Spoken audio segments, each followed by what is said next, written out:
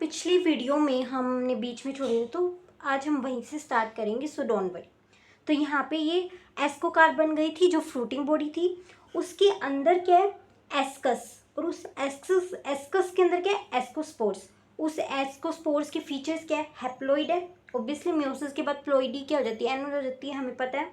उसके बाद सेक्शुअल, अभी थोड़ी प्लॉइडी नहीं समझ आ रही होगी ना, ये ज़्यादा क्लियर होती है cell division and cell cycle में। तो अभी बस ये याद रखो कि जब 2n होती है तो वो डिप्लॉइड होता है, जब n प्लॉइड होती है तो वो हैप्लॉइड होता है। अगर थोड़ा फिर भी बेसिक क्लियर नहीं हो, वरना ये सेल साइकिल और सेल डिवीजन में बहुत अच्छे से समझ आ जाता है, सो डोंट वरी। तो ये सेक्सुअल रिप्रोडक्शन का रिजल्ट है, तो ये सेक्सुअल स्पोर्स है। 4 नंबर में 4 है। फॉर्म्ड इन एस्कस, एस्कस के अंदर बने हैं, तो ये एंडोजीनस है। अब बस क्या होगा, जैसे असेक्सुअल स्पोर्स, या अब ये क्या होता है, ये स्पोर्स ना हवा उड़कर कहीं ब्रेड पर जाकर, एक जो सड़ चुका है ब्रेड, जो मोइस्ट हो चुका है ब्रेड, उस पर जाएंगे, उस पर जाकर ये जर्मिनेट करके न्यू फंजाई बना लेंगे। ऐसे ही अभी सेक्सुअल स्पोर्स जाएंगे दूर दूर और वहाँ पर किसी चीज़ पे बैठ के, जैसे कि डंग पे, ये तो कोप्रोफिलस है ना, इसको माइसिटिस तो स्पेशली वहाँ पर जाकर जर्मिनेट कर जाएंगे और एक न्यू फंजाई जनरेट कर देंगे। अब मैंने आपको स्टार्टिंग में पॉइंट में बोला था कि हम इसको ना एक सैक की तरह लेके चलेंगे, हम पिकनिक पे जा रहे हैं एक सैक लेकर। तो अब वो मैंने क्यों बोला था, पिकनिक पे जा रहे तो हमें क्या चाहिए, कुछ खाने के लिए चाहिएगा, तो वही एडिबल फंजाई आती है इसमें, मोरल्स एंड ट्रफल्स।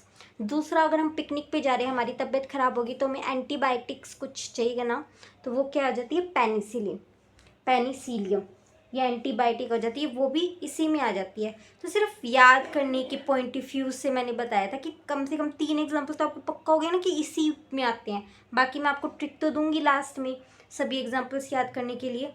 इसलिए अब इसमें एक और स्पेशल एग्जाम्पल है न्यूरोस्पोरा, जो कि ना न्यूरोस्पोरा एक बहुत इंपॉर्टेंट फंजाई थी। इसको ना हमने ना बायोकेमिकल और जेनेटिक वर्क्स करने के लिए हमारे लिए बहुत यूजफुल साबित हुई थी, इसी पे किए थे हमने। तो ये पॉइंट्स ध्यान रखने हैं, कभी भी स्टेटमेंट क्वेश्चन आ सकते हैं, इस पर स्टेटमेंट बेस्ड क्वेश्चन आ सकते हैं। नेक्स्ट मेंबर है हमारा वेसिडियोमाइसिटिस।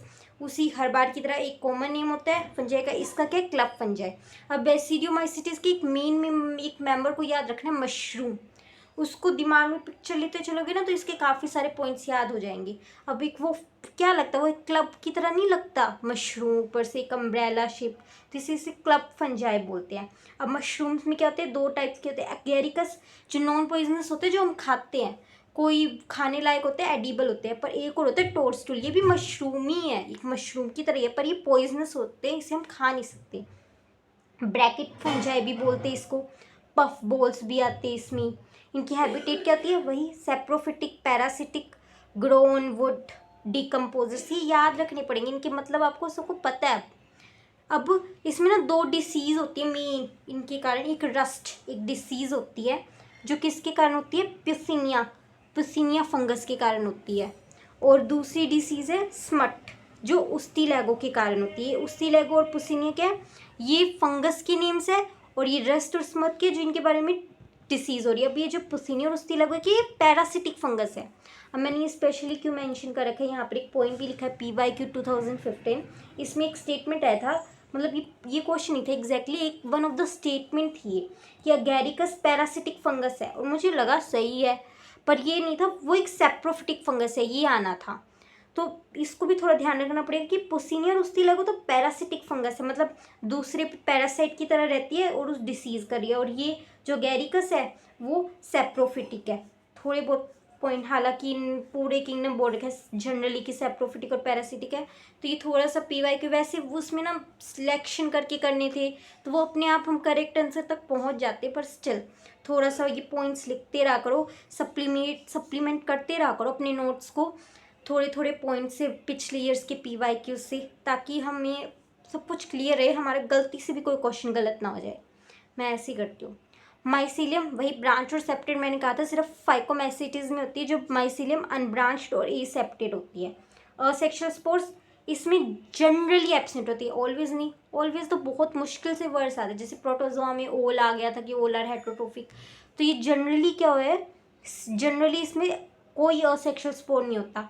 मैंने स्टार्टिंग में बताया था कि फाइकोमाइसिटीज में अब वो होते जूस्पोर्स और स्पोरेंजियोस्पोर्स या फिर प्लेनोस्पोर्स कह लो। और एस्कोमाइसिटीज में कोनिडिया होता है, इसमें कोई सेक्शुअल स्पोर के बारे में बताया नहीं। Found in soil logs of wood tree stumps. अब ये हैबिटा इनका ये नेचर बता रखा था, सेप्रोफिटिक होता है, पैरासिटिक होता है, डंग पे ग्रो करता है, डिकम्पोज होता है। आगे भी लिखा हुआ है कि सोइल में पाए जाते हैं। अब देखो सब्जी की तरह खाते हैं ना, मशरूम एक वेजिटेबल की तरह खा लेते हैं, फ्रूट कह लो जो भी कह लो। तो ये हमें कहाँ मिलेंगे? ऐसी मिट्टी में, वुड पर, ट्री स्टम्प्स कहते हैं जो गट्ठे होते हैं पेड़ के, ऐसे लकड़ियों के गट्ठे, उन्हें कह देते हैं। ध्यान रखना, ठीक है। इनमें वेजिटेटिव रिप्रोडक्शन किसके द्वारा होता है? फ्रेगमेंटेशन। मैंने स्टार्टिंग में बताया था फ्रेगमेंटेशन, बडिंग और बाइनरी फ्यूजन का मतलब क्या था, किन किन के कारण वेजिटेटिव फ्रेगमेंटेशन होती है। तो इसमें किसके कारण होती है? वेजिटेटिव रिप्रोडक्शन, फ्रेगमेंटेशन के कारण। सेक्स ऑर्गन्स इसमें एब्सेंट होती है। अब आप सोचेंगे सेक्स ऑर्गन एब्सेंट होते हैं उसमें सेक्सुअल रिप्रोडक्शन नहीं होगा, बट होगा। अब कैसे होगा ये सस्पेंस है, अभी थोड़ी देर में रिवील हो जाएगा, जो कि ऐसा ही सस्पेंस है। में अब यहाँ पर एक पॉइंट देखा है, अब इसमें तो सेक्स ऑर्गन्स एब्सेंट होते हैं। और हमारी डिटेरोमाइसिटीज जो कि लास्ट मेंबर है इसके अकॉर्डिंग, एनसीईआरटी बुक के अकॉर्डिंग, उसमें सेक्सुअल रिप्रोडक्शन होती नहीं है। अब फाइकोमाइसिटीज और एस्कोमाइसिटीज में तो सेक्स ऑर्गन्स थे, उनके क्या नाम थे? मेल सेक्स ऑर्गन का नाम था एंथ्रीडियम, फाइकोमाइसिटीज में और एस्कोमाइसिटीज में भी एंथ्रीडियम। फीमेल सेक्स ऑर्गन में थोड़ा सा डिफरेंस है, फाइकोमाइसिटीज में वो था ओगोनियम और एस्कोमाइसिटीज में था वो एस्कोगोनियम। अब इसमें सेक्स ऑर्गन्स तो एब्सेंट होते हैं, सेक्सुअल रिप्रोडक्शन कौन करेगा?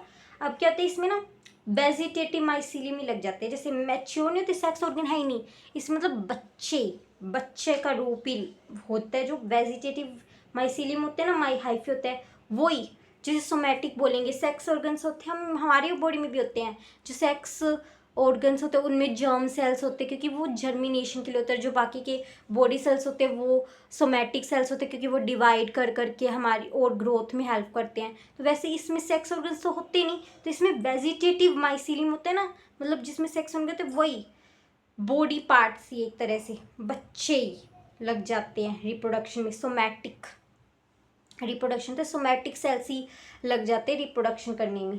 थोड़ा बहुत मतलब समझ आ गया होगा, है ना। तो वो फ्यूज होकर अब यहाँ पर है, अब दो माइसीलियम आए, दो हाइफी आई, वेजिटेटिव है, सोमेटिव माइसीलियम है, ठीक है। अब ये मैच्योर नहीं है, ये कोई सेक्स ऑर्गन नहीं है, वही वेजिटेटिव है, इसमें कोई भी सेक्स ऑर्गन्स नहीं, सोमैटिक माइसीलियम ही लग गया हाइफी। बच्चे इन द सेंस मैं कह रही हूँ थोड़ा सा से दिमाग में रियलाइज करने के लिए, don't take it in another way, बस एक आइडिया लेने के लिए कि क्या चल क्या रहा है यहाँ पे। सेक्स ऑर्गन्स एब्सेंट है, वेजिटेटिव हाइफी इसमें पार्टिसिपेट कर रहे हैं, इसका मतलब क्या है? अब लग गया होगा आई होप आपको आइडिया कि क्या है यहाँ पे, क्या हो रहा है। तो पहला स्टेप वही प्लाज्मोगेमी होएगा, दो सोमैटिक माइसीलियम का दो साइटोप्लाज्म फ्यूज हो रहा है, तो इसे हम सोमैटोगेमी कहेंगे। पहले वाले में प्लाज्मोगेमी, तो इसका स्पेशल नेम है सोमैटोगेमी। तो ये वर्ड भी आ जाए तो घबराना नहीं है। तो यहाँ पे सेम बाकी का वही सेम प्रोसीजर है, बस एक ही पॉइंट था यहाँ पे, और अब बस फ्रूटिंग बॉडी का नाम चेंज हो जाएगा। सेम वही प्रोसीजर है, तो मैं इतना एक्सप्लेन भी नहीं करूँगी, सीधा चलूँगी डिट्टो। मैंने भी कॉपी किया था नोट्स में, सेम वही है। तो वही फ्यूज़न हुआ, बोथ जो स्ट्रेन थे अपोजिट स्ट्रेन होंगे ऑब्वियसली। यहाँ पर एक पॉइंट लिख करके कि बोथ स्ट्रेन्स आर अपोजिट, जो जीनोटाइप्स है वो अपोजिट होंगे, एक मेल होएगा एक फीमेल होएगा, तभी तो वो सेक्सुअल रिप्रोडक्शन कहलाएगी। हालांकि इसमें सेक्स ऑर्गन्स एब्सेंट है, पर भले ही वेजिटेटिव और सोमैटिक, वेजिटेटिव या फिर सोमैटिक कह लो, माइसीलियम रिप्रोडक्शन कर रहे हैं, पर सेक्सुअल रिप्रोडक्शन तो हो रहा है ना। तो इसमें क्या होते हैं, दोनों स्ट्रेन्स अपोजिट होंगे, एक मेल होगा एक फीमेल होगा। वही साइटोप्लाज्म का फ्यूजन हुआ, फिर मेल न्यूक्लियस ने यहाँ से डिवाइड किया, मेल न्यूक्लियस से डिवाइड करके मेल न्यूक्लियस क्या हो गया, माइग्रेट हो गया। अब इसमें भी plasmogamy is not immediately followed by karyogamy. Plasmogamy के सीधा बाद कैरियोगेमी नहीं होगी, थोड़ी देर के लिए डाइकैरियन फेस रहेगा। एक सेल है ये, एक सेल में देखो दो न्यूक्लियस है, एक सेल है दो न्यूक्लियस है। अब ये फ्यूज नहीं हुए, अब ये क्या होंगे बस। अब यहाँ पर एक किसकी एक्सटेंशन होगी, जैसे उसमें एस्कस बन रहा था, इसमें क्या बोल रहे हैं वो बेसीडियम। उसमें एस्कस क्या था, एक सैक लाइक था, इसमें बेसीडियस क्या है, क्लब लाइक। इन्हीं के कॉमन नेम पे आधारित है, यहीं से इनका कॉमन नेम बना है। जो क्या है, जैसे कि वहाँ पर एस्कस में कैरियोगेमी और म्यूसिस हो रही थी, यहाँ पे बेसिडियम में अब कैरियोगेमी और म्यूसिस होएगी। अब वही सेम बोथ न्यूक्लियस होंगे वो माइग्रेट कर जाएंगे बेसिडियम में, फिर वहाँ पे कैरियोगैमी होगी, कैरियोगैमी से जाइगोट बनेगा, जाइगोट में मियोसिस होंगे, मियोसिस से स्पोर्स बनेंगे। पर यहाँ पर क्या डिफरेंस है, पहला डिफरेंस तो यही था कि सेक्स ऑर्गन्स प्रेजेंट नहीं थे, तो वेजिटेटिव या फिर कह लो सोमैटिक माइसीलियम ही पार्टिसिपेट करे सेक्सुअल प्रोडक्शन में। दूसरा डिफरेंस था कि इसमें जो ऊपर एक्सटेंशन हो रहा था उसमें एस्कस बॉडी थी, इसमें बेसिडियम बोला। अब थर्ड क्या आ रहा है, अब ये जो फ्रूटिंग बॉडी बनेगी इन्हीं का जो बच्चा कुचा पार्ट होगा फ्रूटिंग बॉडी बनेगा, इनको कवर करेगा। वो फ्रूटिंग बॉडी क्या कहलाएगी, उसमें क्या कहला रहा था एस्कोकार, इसमें क्या कहलाएगा बेसिडियोकार। ठीक है, अब मियोसिस होगी जाइगोट में और इसमें स्पोर्स बनेंगे। अब चौथा डिफरेंस क्या है, उसमें स्पोर्स अंदर बन रहे थे, इसमें स्पोर्स बाहर बनेंगे।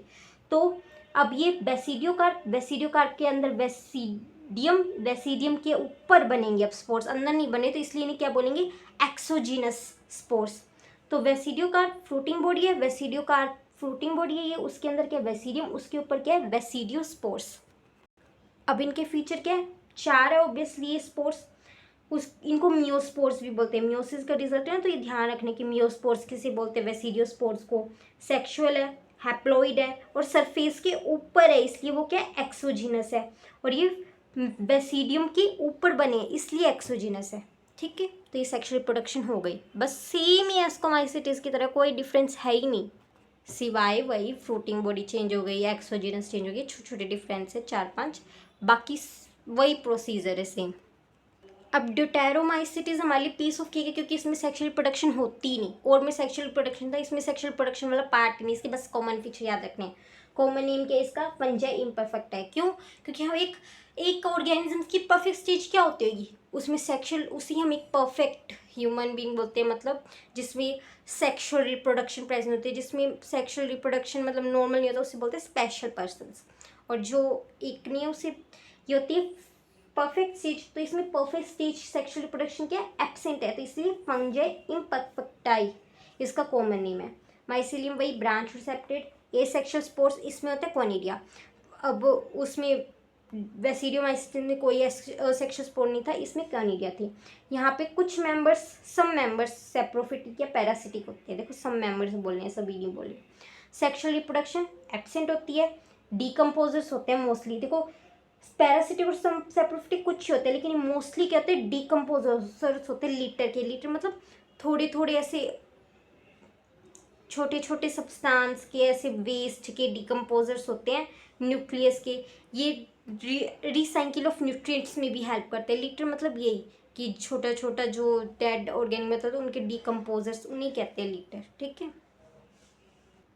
लीटर मतलब ये होता है छोटे छोटे, मतलब ऐसे पीस रह गए पेपर के, ऐसे छोटा छोटा डस्ट मटेरियल्स होता है जो वेस्ट होता है, उनको भी डिकम्पोज कर देते हैं ये, और रिसाइकिलिंग करते हैं न्यूट्रिएंट्स की। वेजिटेटिव और एसेक्सुअल स्टेज को एक ही नाम दिया है इसमें, कोनिडिया। ये पॉइंट बस ऐसे ध्यान रखना कि वेजिटेटिव और एसेक्सुअल मतलब एक ही नाम दे दिया है, कोनिडिया से होते हैं। कोई वेजिटेटिव डिप्रेशन का अलग से बताया नहीं कि फ्रेगमेंटेशन के कारण होता है या उसके कारण होता है। अब अगर मान लो इसके मेंबर में अगर कोई आ गया, हमें पहले तो पता नहीं था कि इसमें कोई सेक्सुअल रिप्रोडक्शन क्या हो रही है, लेकिन धीरे धीरे स्टडीज से हमें पता चल गया कि इसमें सेक्सुअल रिप्रोडक्शन पाई जा रही है किसी फंजाई में, तो हम इसे क्या कर देंगे, अब यहाँ से उठाएंगे, क्योंकि अब इसमें तो परफेक्ट स्टेज आ चुकी है, तो ये यहाँ पे नहीं रह सकता बोर्ड, इसे या तो एस्कोमाइसिटिस में डाल देंगे वेसिडियोमाइसिटिस में। अब मुझे नहीं पता इसमें फाइकोमाइसिटिस क्यों नहीं बोला, तो अब एस्कोमाइसिटिस और वेसिडियोमाइसिटिस लिखा है एनसीईआरटी में, तो आपको ऐसे याद रखना पड़ेगा, उन ग्रुप्स में डाल देंगे इसको अगर कोई सेक्सुअल रिप्रोडक्शन किसी फंगस में मिल गई तो। समझ आ गया। और इसके एग्जांपल्स क्या है, अल्टरनेरिया, कोलेक्टोट्राइकम और ट्राइकोडर्मा। टेंशन नहीं लेनी, मैं ट्रिक दूंगी, उससे सब एग्जांपल्स याद हो जाएंगे।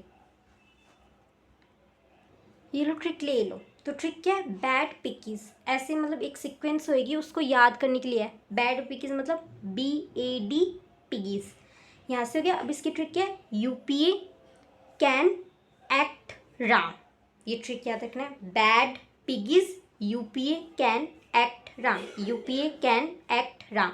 अब यहाँ पे AE रिपीट हो रहा है, तो इसको याद करने का क्या फॉर्मूला है, GST, और CB 2 बार हो रहा है तो LO। ठीक है, याद रखना। अब क्या है इनकी full forms, bad piggies, B मतलब बेसिडियोमाइसिटिस में क्या आता है, उस्तिलैगोपुसनिया और एगैरिकस। ए से एस्कोमाइसिटिस, इसमें क्या आता है क्लेविसेप्स एस्परजिलस न्यूरोस्पोरा। डी ड्यूटेरोमाइसिटिस जिसमें कह रहा है ऑल्टरनेरियम कोलेटोट्राइकम ट्राइकोडर्मा। पी मतलब फाइकोमाइसिटिस में क्या रहा है, आर से क्या है, राइजोफोरम एल्ब्यूगो और म्यूकर। और बाकी जो इसके एक्स्ट्रा नेम थे, पेनिसिलियम, इसके पेनिसिलियम मोरल्स ट्रफल्स, ये मैंने बता ही दिए थे, इनको अच्छे से याद करवा ही दिया था कि ध्यान रखने के लिए। तो ये सारे एग्जाम्पल्स होंगे, इसको अगर आप 5 टाइम्स ऐसे राइट करोगे ना, नोटबुक में लिख लिख के देखोगे, एकदम दिमाग में सेट हो जाएगी। मेरे भी बहुत अच्छे से सेट है दिमाग में, मैं कभी नहीं भूलती इससे एग्जाम्पल। ठीक है, तो अब बस हमारी एनसीईआरटी रहेगी, एक और वीडियो लगेगी, उसमें पूरा हो जाएगा ये चैप्टर। मैं अच्छे से एनसीईआरटी रीड कराऊंगी और बहुत आसानी से एनसीईआरटी रीड होएगी, कुछ समझना ही नहीं है, सिर्फ उसे रीड करना है। अब वो इजी पीजी लेमन स्क्वीजी वाला काम है हमारे लिए। ओके।